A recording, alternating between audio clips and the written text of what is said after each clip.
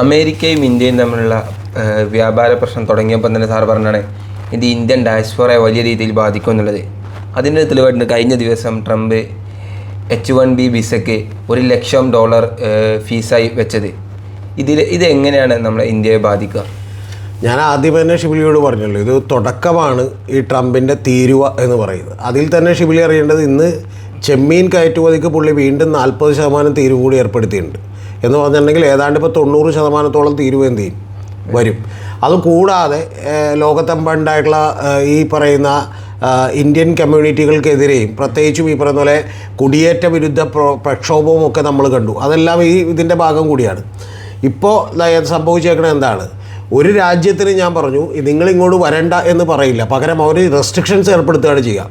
ആ റെസ്ട്രിക്ഷൻസ് ഏർപ്പെടുത്തുന്നതിൻ്റെ ഭാഗമായിട്ട് ഏതാണ്ട് $2,000 മുതൽ ഒരു മാക്സിമം വന്നാൽ $800-1500 വരെയാണ് ഇതിൻ്റെ ഫീസ് ഉണ്ടായിരുന്നത്. $4,500 മാക്സിമം വന്നാൽ ഞാൻ പറഞ്ഞ മറ്റു പല ഫീസുകളെല്ലാം കൂടി കൂട്ടിയാലും $8,500.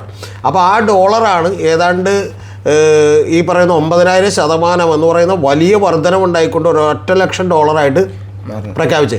$1,00,000 എന്ന് പറയുമ്പോൾ ഷിബിലറിയുടെ എത്ര അറിയാമോ? 88 ലക്ഷം രൂപ അടക്കണം. എവിടെ? ഒരു കമ്പനി, അതായത് ഞാനൊരു കമ്പനിയാണ്, ഞാൻ ഷിബിലി ഇന്ത്യയിൽ നിന്ന് വിസയ്ക്ക് വേണ്ടി അപേക്ഷിക്കുകയാണ്. അത് H-1B വിസയാണ്. H-1B വിസ എന്ന് പറയുന്നത് ആളുകൾ അറിയേണ്ടത് 90 മുതൽ തുടങ്ങിയൊരു സംവിധാനമാണ്. അതായത് ഒരു ഹൈ എൻഡ് പ്രൊഫഷണൽസിനെയും അതിൽ ഒരു 80% അങ്ങനെയുള്ള ആളുകൾ, അതായത് ഗ്രാജുവേറ്റ്സ് ആയിട്ടുള്ള നല്ല മിടുക്കന്മാരായിട്ടുള്ള ആളുകൾ അവരെന്ത് ചെയ്യുന്നു, എടുക്കുന്നു. അതുകൂടാതെ ഒരു 20% പറയുന്നത് എക്സ്ട്രാ മെറിറ്റ്യൂസ് ആയിട്ടുള്ള സയൻറ്റിസ്റ്റുകളായിട്ടുള്ള ആളുകളൊക്കെ എന്ത് ചെയ്യും, എടുക്കാൻ വേണ്ടിയിട്ട് കൊണ്ടുവന്നൊരു സിസ്റ്റമാണ്. ആ സിസ്റ്റം അനുസരിച്ച് ഇത് എടുക്കുന്ന ആളുകൾക്ക് നേരത്തെ ഉണ്ടായിരുന്നത് $2,000 ആയിരുന്നു, പിന്നെ ഇപ്പോൾ ഏതാണ് $4,500 ആയി. മാക്സിമം വന്നിട്ടുണ്ടെങ്കിൽ എല്ലാ ചിലവുകളും കൂടി എന്ത് ചെയ്യും, $8,500 നിൽക്കും. അതാണ് കമ്പനികൾ ഒരു വർഷം ഇവർക്ക് വേണ്ടി ചെയ്യേണ്ടിയിരുന്നതെങ്കിൽ ഇപ്പോൾ വൺ ടൈം എമൗണ്ടായിട്ട് 88 ലക്ഷം രൂപ കെട്ടിവെക്കണം.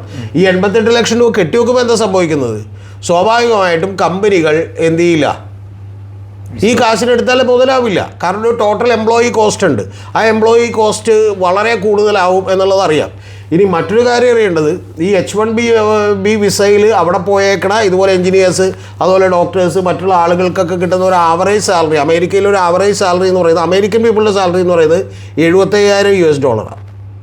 ഓക്കെ, ഇതെന്ന് പറയുന്നത് ഷിബിലി ഒരു 66,000 എന്ത് വരും, $US വരും. ആര്? നമ്മുടെ ഇവിടെ നിന്നൊക്കെ പോയേക്കുന്ന ആളുകൾക്കുള്ള ഒരു ആവറേജ് വരുമാനം. അതായത് ഒരു പെറാനത്തെ ആവറേജ് വരുമാനത്തേക്കാൾ എന്താണ് കൂടുതലാണ് എന്ത് ചെയ്യുന്നത്, ഈ ഫീസ് അടക്കേണ്ടി വരുന്നത് എന്ന് പറഞ്ഞിട്ടുണ്ടെങ്കിൽ അവർ സ്വാഭാവികമായിട്ട് അവിടെ നിന്നുള്ള പൗരന്മാരെ എടുക്കാൻ നിർബന്ധിതരാകും. അപ്പോൾ അതുകൊണ്ട് അവർക്കും ചില പ്രശ്നങ്ങളുണ്ട്. ലോങ് ടൈമിലേക്ക് അവർക്കും പ്രശ്നങ്ങളുണ്ടാവും, പക്ഷേ ഷോർട്ട് ടൈമിലേക്ക് ഇത് ഇന്ത്യയെ വലിയ ഗുരുതരമായിട്ട് ബാധിക്കും. ഈ ഫീസ് നിൽക്കുമെന്ന് ഞാൻ വിചാരിക്കുന്നില്ല. ട്രംപ് ഇത് കുറക്കാനാണ് സാധ്യത. ഇന്ത്യയുടെ പുറത്ത് നിരവധി സമ്മർദ്ദങ്ങൾ ചെലുത്തുന്നതിൻ്റെ ഭാഗമായിട്ടാണ് അദ്ദേഹം ഇപ്പോൾ ഇത് എന്ത് ചെലുത്തിയേക്കുന്നത്. അപ്പോൾ പക്ഷേ നെഗോഷിയേറ്റ് ചെയ്യും. പക്ഷേ നെഗോഷിയേറ്റ് ചെയ്താലും പഴയതിനേക്കാൾ ഫീസ് ഉണ്ടാവും. അതിന് ട്രംപ് പറയുന്ന ന്യായീകരണം എന്ന് വെച്ചാൽ ഇതിന് രാഷ്ട്രീയവും സാമ്പത്തികവുമായിട്ടുള്ള ചില കാര്യങ്ങളുണ്ട്. ആ രാഷ്ട്രീയമായിട്ടുള്ള കാര്യങ്ങളാണ് ഇതിൽ മുഖ്യം. കാരണം എന്ന് വെച്ചാൽ ഒരു റൈറ്റ് വിങ് അജണ്ടകളൊക്കെ തന്നെ പ്രഖ്യാപിക്കുന്നത് പലപ്പോഴും ചില റേസിസ്റ്റ് അല്ലെങ്കിൽ അതുപോലെയുള്ള മറ്റേ നാഷണലിസ്റ്റ് പോളിസീസൊക്കെയാണ്. എന്ന് പറഞ്ഞിട്ടുണ്ടെങ്കിൽ നമ്മുടെ രാജ്യം, നമ്മുടെ ദേശം, മറ്റുള്ളവർ നമ്മുടെ ജോലി കൊണ്ടുപോകുന്നു എന്നൊക്കെയുള്ള കാര്യങ്ങളാണ്. അതിനൊക്കെ വലിയ പ്രാമുഖ്യം കൂട്ടിക്കൊണ്ടാണ് ഡൊണാൾഡ് ട്രംപ് അവിടെ അധികാരത്തിൽ വന്നത്. അപ്പോൾ അതുകൊണ്ട് തന്നെ ട്രംപിന് ഇത്തരം നടപടികൾ എടുക്കാതിരിക്കാൻ പറ്റില്ല. പിന്നെ ആളുകൾ ഇതൊക്കെ കേട്ട് നമ്മുടെ മീഡിയയും നമ്മുടെ ആളുകളൊക്കെ തന്നെ അയ്യോ എന്തോ വലിയ ദുരന്തം സംഭവിച്ചിരിക്കും, ഇത് നേരത്തെ സംഭവിക്കുമെന്നറിയാം. കാരണം എന്നറിയാം, ഇതവരുടെ പോളിസിയാണ്. ആര്? ഈ ഇമിഗ്രൻസിന് എന്ത് ചെയ്യുക, കുറച്ച് കൊണ്ടുവരിക എന്നുള്ളത്. ഞാനൊരു ഉദാഹരണം ഷിബിലിയോട് പറയട്ടെ. ഈ ഇമിഗ്രൻസിനെ അവിടെ പിടിച്ച് ഇങ്ങോട്ട് ഡീപ്പോർട്ട് ചെയ്തപ്പോൾ കൈക്കും കാലിനും ചങ്ങലയിട്ട് നമ്മുടെ ഇവിടെ എയർപോർട്ടുകളിൽ കൊണ്ടുവന്നിറക്കിയ സംഭവം ഉണ്ടായി. മനസ്സിലായോ? അപ്പം തന്നെ ഇതിൻ്റെ തുടക്കമുണ്ടായിരുന്നു. ഇതിൻ്റെ തുടക്കമുണ്ടായിരുന്നു. ഇനി അതുകൂടാതെ നിരവധി കമ്പനികളിൽ ഈ H-1B വിസ ദുരുപയോഗിക്കുന്നതുമായി ബന്ധപ്പെട്ട് നിരവധി റെയ്ഡുകളും സർവേകളും ഒക്കെ എന്ത് ചെയ്തിരുന്നു, നടന്നിരുന്നു. ഇത് കൂടാതെ അവിടുത്തെ നിയമങ്ങൾ ഇതിനിടയിൽ തന്നെ കർശനമാക്കിയിരുന്നു. അപ്പോൾ ഇത്തരം സംഭവങ്ങളൊക്കെ ചെയ്തുകൊണ്ടാണ് ഡൊണാൾഡ് ട്രംപ് ഇതിലേക്ക് എത്തിയിട്ടുള്ളത്. ഇനി അതിൽ ചില ആളുകളിരുന്ന് പറയുന്ന കണക്കുകൾ ഏതാണ്ട് 1 ലക്ഷം 2 ലക്ഷം പേരെ ഇത് ബാധിക്കുമല്ല. ഞാനിതിൻ്റെ കണക്കുകൾ പറയാം. കഴിഞ്ഞ 2024 മാത്രം ആകെ കൊടുത്തിട്ടുള്ള H-1B വിസ അമേരിക്ക കൊടുത്തിട്ടുള്ളത് 2,19,657. അതിൽ 1,50,647 പേരും ഇന്ത്യക്കാരാണ്. എന്ന് പറഞ്ഞാൽ 68.5% ആളുകൾ ഇന്ത്യയിൽ നിന്ന് ഉള്ളവരാണ്. അപ്പോൾ ഇത്രയും പേരങ്ങോട്ട് പോകുന്നു എന്ന് പറയുമ്പോൾ ഷിബിലി കാണേണ്ടത് 1.5 ലക്ഷം പേര് പോയി എന്നുള്ളതല്ല. ഈ 1.5 ലക്ഷം പേര് പോകുമ്പോൾ വേറൊരു വിസ ഉണ്ട്, H4 വിസ എന്ന് പറഞ്ഞു. ആ വിസയിൽ ഇവരുടെ ഡിപ്പെൻഡൻസ് എന്ത് ചെയ്യും? പോകും, ഏറ്റവും കുറഞ്ഞത്. പിന്നെ മക്കളൊക്കെ കൂടി കൂട്ടിയാൽ എത്ര പേര് വരും ഷിബിലി? മിനിമം ഒരു 3-3.5 ലക്ഷം ആളുകൾ എന്ത് ചെയ്യും? വരും. പോട്ടെ, നമ്മളൊരു 3 ലക്ഷം എന്ന് കണക്കൂട്ടാം. ഈ 3 ലക്ഷം പേര് ഇങ്ങോട്ട് തിരിച്ചു വന്നുള്ള അവസ്ഥ എന്തായിരിക്കും? മനസ്സിലായേ? പിന്നെ ഇപ്പം വിസ കിട്ടിയേക്കണവർക്ക് ഇത് ബാധിക്കില്ലെന്നാണ് പറഞ്ഞേക്കണത്. ഇന്നലെ യഥാർത്ഥത്തിൽ ഇത് പ്രഖ്യാപിച്ചപ്പോൾ തന്നെ ആകെ പാനിക്കായി പോയായിരുന്നു. ആമസോൺ, മെറ്റ, മൈക്രോസോഫ്റ്റ് ഇവരെല്ലാവരും പുറത്തേക്ക് പോയ തൊഴിലാളികളോട്, വെക്കേഷനൊക്കെ പോയവരോട് എത്രയും പെട്ടെന്ന് തിരിച്ചെത്താൻ പറഞ്ഞു. ചിലർ ഷിബിലി അറിയേണ്ടത് സാൻ ഫ്രാൻസിസ്കോയിൽ ഫ്ലൈറ്റിനകത്ത് കയറിയവർ വരെ എന്ത് ചെയ്തു? ഇറങ്ങണമെന്ന് നിർബന്ധം പിടിച്ച് ഇറങ്ങി. അങ്ങനെ വലിയ പാനിക്കായിട്ടുള്ള സിറ്റുവേഷൻ ആയിരുന്നു. അപ്പോൾ രാത്രി ഒരു ഓർഡർ കൂടിയായിരുന്നു. ആ ഓർഡർ എന്താണെന്ന് വെച്ചിട്ടുണ്ടെങ്കിൽ ഇത് പുതിയ ഒരു ലോട്ടറിക്കാണ് എന്ത് ചെയ്യുന്നത്, വരുന്നത്. ഒരു ലോട്ടറി സൈക്കിളുണ്ട്. അതായത് അടുത്ത സൈക്കിളിൽ കൊടുക്കുന്നവർക്ക് മാത്രമേ ഇത് ബാധകമാകുള്ളൂ എന്നാണ് പറഞ്ഞേക്കുന്നത്. പക്ഷേ പ്രധാനപ്പെട്ട കാര്യം എന്താണെന്ന് വെച്ചിട്ടുണ്ടെങ്കിൽ ഇത് വലിയ തോതിലുള്ള ആശങ്ക അവിടെ ഉണ്ടാക്കിയിട്ടുണ്ട്. ഇനി പുതിയ ആളുകൾക്ക് മാത്രമല്ല, 3 കൊല്ലം കഴിയുമ്പോൾ ഈ വിസ പുതുക്കണം. ആ പുതുക്കുമ്പോഴും ഒക്കെ ചില നിയന്ത്രണങ്ങൾ കൂടി വന്നേക്കാം. ഇന്ത്യ സറണ്ടർ ചെയ്തില്ലെങ്കിൽ, അല്ലെങ്കിൽ ഇന്ത്യയുമായിട്ട് നമ്മളൊരു ഒത്തുതീർപ്പിൽ എത്തിയില്ലെങ്കിൽ അതൊരു പ്രധാനപ്പെട്ട വലിയൊരു പ്രശ്നമാണ്. പിന്നെ നേരത്തെ ഞാൻ പറഞ്ഞ പോലെ ആകെ കിട്ടുന്നത് ഒരു 64,000-65,000 എന്ന് പറഞ്ഞാൽ $5,000 $6,000 മാസം എന്ത് ചെയ്യാൻ പോകുന്നത്, കിട്ടാൻ പോകുന്നത്. അപ്പോൾ ആ മാസം കിട്ടുന്ന എമൗണ്ടിനേക്കാൾ വലിയ എമൗണ്ട് അടക്കണം എന്ന് പറഞ്ഞാൽ കമ്പനികളൊക്കെ ഇതിൽ നിന്ന് പിന്മാറും. ഇനി ഇതിൽ തന്നെ നമ്മളിപ്പോൾ ചില കണക്കുകൾ പരിശോധിച്ചാൽ, ഇപ്പോൾ ആമസോണാണ് കഴിഞ്ഞ തവണ എന്ത് ചെയ്തിട്ടുള്ളത്, 9,265 ഇതുപോലെയുള്ള വിസകൾ കിട്ടിയിട്ടുള്ളത്. Infosys 8,140 Cognizant and technology 6,321, Google 5,364, TCS 527. ഇത്തരത്തിലുള്ള വിസകളാണ് എന്ത് ചെയ്തേക്കണത്, അങ്ങോട്ട് കിട്ടിയേക്കണം. ഇനി ഇത് കൂടാതെ ഈ പഠിക്കാൻ പോകുന്ന വിസകളുണ്ട് ഇവിടുന്ന്. ആ ഞാനിപ്പോൾ അതിൻ്റെ വിശദാംശങ്ങളിലേക്ക് കിടക്കുന്നില്ല. പഠിക്കാൻ പോകുന്ന വിസകൾക്ക് വലിയ പ്രശ്നമുണ്ട്. കാരണം നേരത്തെ പഠിക്കാൻ പോകുന്ന വിസകൾ എന്ന് പറഞ്ഞിട്ടുണ്ടെങ്കിൽ ഏതാണ്ട് ഒരു 3 ലക്ഷത്തോളം കുട്ടികൾ എന്ത് ചെയ്തിരുന്നു, അങ്ങോട്ട് പഠിക്കാൻ, അല്ല 13 ലക്ഷത്തോളം കുട്ടികൾ എന്ത് ചെയ്യുന്നു, പഠിക്കാൻ പോയിരുന്നു. ആ പഠിക്കാൻ പോയിട്ടുള്ള കുട്ടികൾക്ക് ഇനി അവിടെ ജോലി കിട്ടുകയും അവിടെ നിൽക്കലും സ്റ്റേ ബാക്കും ഒക്കെ എന്തായിരിക്കും, വലിയ പ്രശ്നമായിരിക്കും. യഥാർത്ഥത്തിൽ ഷിബിലി അറിയേണ്ടത് പഠിക്കാൻ പോയിട്ടുള്ള കുട്ടികളെല്ലാം അങ്ങോട്ട് പോയേക്കണത് ഒരു സെക്കൻഡ് അല്ലെങ്കിൽ തേർഡ് ആയിട്ടുള്ള യൂണിവേഴ്സിറ്റികളിലാണ്. എന്താ കാര്യമെന്നറിയോ? അവിടെ എങ്ങനെയെങ്കിലും എന്ത് ചെയ്യാം, ഒരു ജോലി സ്ഥലപ്പെടുത്താമെന്ന് വിചാരിച്ചിട്ടാണ് പോയേക്കണം. അല്ലാതെ ഇവിടെ നിൽക്കുന്ന ആളുകൾ അമേരിക്കക്ക് പോയിട്ട് ഏറ്റവും വലിയ വാട്ടറിലോ ബി സ്കൂളിലോ അല്ലെങ്കിൽ ഈ പറയുന്ന പോലെ പെൻസിൽവാനിയ യൂണിവേഴ്സിറ്റിയിലോ, അങ്ങനെ ഞാൻ പറഞ്ഞ ലോകത്തിലെ ഏറ്റവും വലിയ യൂണിവേഴ്സിറ്റികളിലല്ലല്ലോ നമ്മുടെ കുട്ടികൾ പോയി പഠിക്കുന്നത്. നമ്മുടെ കുട്ടികൾ പോയി പഠിക്കുന്നത് ഒരു സെക്കൻഡോ തേർഡോ ആയിട്ടുള്ള യൂണിവേഴ്സിറ്റികളിലോ അല്ലെങ്കിൽ അതിനെ ഫോർത്ത് ആയിട്ടുള്ള സ്റ്റേറ്റ് യൂണിവേഴ്സിറ്റികളിലൊക്കെ പോയി പഠിക്കുന്നത് അവിടെ എങ്ങനെയെങ്കിലും നിൽക്കാമെന്ന് വെച്ചിട്ടാണ്. അവിടെയുള്ള പോപ്പുലേഷൻ എത്രയാണെന്നറിയാം? 50 ലക്ഷം വരുന്ന 55 ലക്ഷത്തോളം വരുന്ന പോപ്പുലേഷൻ വരും, ഇന്ത്യൻ പോപ്പുലേഷൻ. അതിനെ എല്ലാത്തിനെയും ഇത് വലിയ തോതിൽ ബാധിക്കും. ഇതാണ് ഇതിൻ്റെ എക്കണോമിക് സൈഡെങ്കിൽ ഇനി രാഷ്ട്രീയമായിട്ടുള്ള സൈഡ് വേറെ ഉണ്ട്. അതെന്തൊക്കെയാണ് ഈ രാഷ്ട്രീയപരമായിട്ട്? കാരണം ഈ അമേരിക്കയിൽ മാത്രം പല സ്ഥലത്തും ഇതുപോലെ പ്രക്ഷോഭങ്ങൾ നടക്കുന്നുണ്ട്. യഥാർത്ഥത്തിൽ ഈ ഇപ്പോൾ ലോകത്ത് സംഭവിച്ചുകൊണ്ടിരിക്കുന്നത് എന്താണ് എന്ന് നമ്മൾ നോക്കിയാൽ, ഇപ്പോൾ ഫ്രാൻസിലാണെങ്കിൽ, ഇപ്പോൾ UK കഴിഞ്ഞ ദിവസം ഈ പറയുന്ന പോലെ ടോബി റോബിൻസൺ എന്ന് പറയുന്ന ഒരാളുടെ നേതൃത്വത്തിൽ ഏതാണ്ട് ലക്ഷക്കണക്കിന് ആളുകൾ പങ്കെടുക്കുന്ന വലിയ റാലി നടന്നു. അത് 1.5 ലക്ഷം മുതൽ എന്താണെങ്കിലും 1 മില്യൺ വരെയുള്ള ആളുകൾ പങ്കെടുത്തു എന്നൊക്കെ പല റിപ്പോർട്ടുകളും ഉണ്ട്. പക്ഷേ നമുക്ക് ഏറ്റവും കുറഞ്ഞെടുക്കും 1.5 ലക്ഷത്തോളം ആളുകൾ. ഈ ആളുകൾ എന്താ ആവശ്യപ്പെട്ടുകൊണ്ടിരുന്നത്? വലിയ ആവശ്യം അവർക്കുണ്ടായിരുന്നത് ഈ മൈഗ്രൻസ് അവരെന്ത് ചെയ്യണം എന്നാണ്, പുറത്താക്കണം എന്നാണ്. അതായത് അവർ ഞങ്ങളുടെ ജോലികൾ തട്ടിയെടുക്കുന്നു എന്നാണ്. യഥാർത്ഥത്തിൽ ഇത്തരത്തിലുള്ള റൈറ്റ് വിങ് ഈ പറയുന്ന പോലെ അജണ്ടകളൊക്കെ തന്നെ മുന്നോട്ട് വെക്കുന്നുണ്ടുള്ള കുഴപ്പം എന്താ വെച്ചാൽ ഇത്തരത്തിലുള്ളൊരു പരിസരം അവിടെ ആയിക്കഴിഞ്ഞു. മനസ്സിലായോ? അതായത് ഇപ്പോൾ ഡൊണാൾഡ് ട്രംപ് തന്നെ അവിടെ ഇനി ഡൊണാൾഡ് ട്രംപ് വിചാരിച്ച പോലും ഇതിൽ നിന്നൊരു തിരിച്ചുപോക്ക് അത്ര എളുപ്പമല്ല.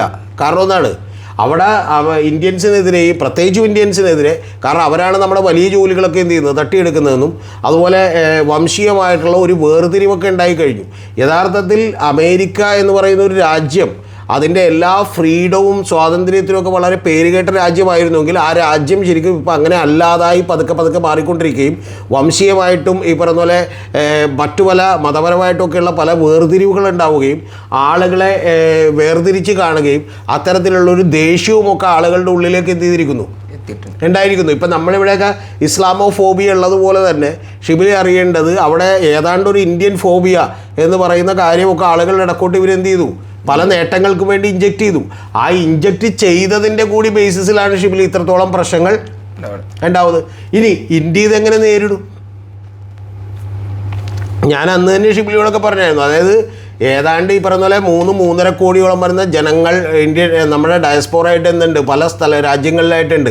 അതിൻ്റെ 10% തിരിച്ചു വന്നാൽ പോലും ഇവിടെ അത്തരത്തിലുള്ള അവസരങ്ങളൊന്നും ഇല്ല. പിന്നെ ഇവിടെ വലിയ ചില ആളുകളിരുന്ന് പറയുന്ന തമാശകൾ എന്താ വെച്ചാൽ, ബ്രെയിൻ ഡ്രെയിൻ എന്ന് പറയുന്ന ഒരു കാര്യം, ഇത് യഥാർത്ഥത്തിൽ അമേരിക്കക്ക് പണി കിട്ടും, ഇന്ത്യക്ക് ഗുണമാവുമെന്ന്. അതെങ്ങനെയാണെന്നറിയോ? ഇവിടെ നിന്ന് കുറേ മിടുക്കന്മാരായിട്ടുള്ള ബ്രില്യൻ്റ് ആയിട്ടുള്ള ആളുകളാണല്ലോ അവിടെ എന്ത് ചെയ്യുന്നത്, ജോലി ചെയ്യുന്നത്. അപ്പോൾ അവരെല്ലാവരും അവിടെ നിന്ന് പറഞ്ഞേക്കുമ്പോൾ അവരെല്ലാവരും കൂടി ഇന്ത്യയിലേക്ക് വന്ന് ഇന്ത്യയിൽ ജോലി ചെയ്ത് ഇന്ത്യ കുറേ കൂടി എന്ത് ചെയ്യും, സമ്പന്നമാകും എന്നൊക്കെയാണ് നമ്മുടെ റൈറ്റ് വിങ് ഹിന്ദുത്വ അജണ്ടവാദികളും അവരുടെ യൂട്യൂബ് ചാനലുകളും ഒക്കെ എന്ത് ചെയ്തുകൊണ്ടിരിക്കുന്നത്. എവിടെ നമ്മുടെ ഇവിടെ എങ്ങനെ അവസരം കൊടുക്കാൻ? നമ്മുടെ ഇവിടെ 3.7 ട്രില്യൺ ഇക്കോണമിയാണ്. ഈ ഇക്കോണമിയിൽ അല്ലെങ്കിൽ തന്നെ എന്തില്ല അവസരം ഇല്ല. കഴിഞ്ഞ തവണ തന്നെ നമ്മുടെ ജോബ് ക്രിയേഷൻ എന്ന് പറയുന്ന 10.6% എന്ത് ചെയ്തിട്ടുണ്ട്, താഴ്ന്നിട്ടുണ്ട്. അപ്പോൾ നിരവധി മേഖലകളിൽ നമ്മൾ വലിയ പ്രതിസന്ധികൾ നേരിടുകയാണ്. ഇനി ഇതൊക്കെ പോട്ടെ, ശിവലിയോട് മറ്റൊരു തമാശ പറയാം. നമ്മളിവിടെ ഇന്ത്യയിലൊരു മന്ത്രിമാരും മുഖ്യമന്ത്രിമാരും പ്രധാനമന്ത്രിമാരും കേന്ദ്രമന്ത്രിമാരും MP-മാരുടെയൊക്കെ ലിസ്റ്റ് എടുത്തുവാണെങ്കിൽ അവർ എത്ര മക്കൾ ഇവിടെ പഠിക്കുന്നുണ്ടെന്ന് നമുക്കറിയോ, അല്ലെങ്കിൽ എത്ര മക്കളാണ് ഇവിടെ ജോലി ചെയ്യുന്നുണ്ടെന്ന് അറിയോ? ഇപ്പം ഉദാഹരണം പറഞ്ഞിട്ടുണ്ടെങ്കിൽ നമ്മുടെ വിദേശകാര്യ മന്ത്രിയാണ് ആര്, ജയശങ്കർ. ഈ ജയശങ്കറിൻ്റെ മകൻ എന്ന് പറയുന്ന ആൾ തന്നെ യഥാർത്ഥത്തിൽ ഈ പറയുന്ന മറ്റേ റിലയൻസ് ഫണ്ട് ചെയ്യുന്നൊരു ഓർഗനൈസേഷൻ ഉണ്ട്, ഒരു പോളിസി മേക്കിങ്ങിലൊക്കെ ഇടപെടുന്ന ഒരു ഓർഗനൈസേഷൻ, ORF എന്ന് പറഞ്ഞത്. ഈ പറയുന്ന പോലെ ആ ORF എന്ന് പറയുന്ന ഒബ്സർവർ റിസർച്ച് ഫൗണ്ടേഷൻ എന്ന് പറഞ്ഞാൽ ആ ഫൗണ്ടേഷൻ്റെ ഹെഡ് ഓഫീസ് ഇന്ത്യയിലാണ്. റിലയൻസ് ആണ് നേരത്തെ ഫണ്ട് ചെയ്തുകൊണ്ടിരുന്നത്. 95% നേരത്തെ റിലയൻസ് ആയിരുന്നു. ഇപ്പോൾ ഫണ്ട് ചെയ്തുകൊണ്ടിരിക്കുന്നത് 65% ഉള്ളൂ. ബാക്കിയുള്ളവരൊക്കെ കൂടി ഇപ്പോൾ ലോകത്ത് എന്ത് ചെയ്യുന്നുണ്ട്, ഫണ്ട് ചെയ്യുന്നുണ്ട്. ഈ ഒബ്സർവർ റിസർച്ച് ഫൗണ്ടേഷൻ്റെ അമേരിക്കയിലാണ് ആര് വർക്ക് ചെയ്യുന്നത്, അമേരിക്കയുടെ ഡയറക്ടറായിട്ടാണ് ആര് വർക്ക് ചെയ്യുന്നത്, വാഷിങ്ടണിലാണ് അവരുടെ ഓഫീസ് എന്നാണ് എൻ്റെ തോന്നൽ. അവിടെയാണ് എന്ത് ചെയ്യുന്നത് ഈ പറയുന്ന ജയശങ്കറിൻ്റെ മകൻ. എന്തുകൊണ്ട് ഇവിടെ വർക്ക് ചെയ്യാൻ പ്രിഫർ ചെയ്യാത്തത്? ഇത് വലിയ കോമഡികളാണ്. ഇനി മറ്റേ പീയൂഷ് ഗോയൽ എന്ന് പറഞ്ഞ മന്ത്രിയുണ്ട്, ബോംബെക്കാരനാണ്. 2 മക്കളുണ്ട്. അതിലൊരാൾ ഈ പറയുന്ന മിനിസ്റ്റർ ഫോർ ട്രേഡാണ് പീയൂഷ് ഗോയൽ. കുറച്ച് നാൾ ഫിനാൻസിൻ്റെ ഒക്കെ ചുമതല വഹിച്ചിരുന്നു അരുൺ ജെയ്റ്റ്ലി വിട്ടപ്പോൾ.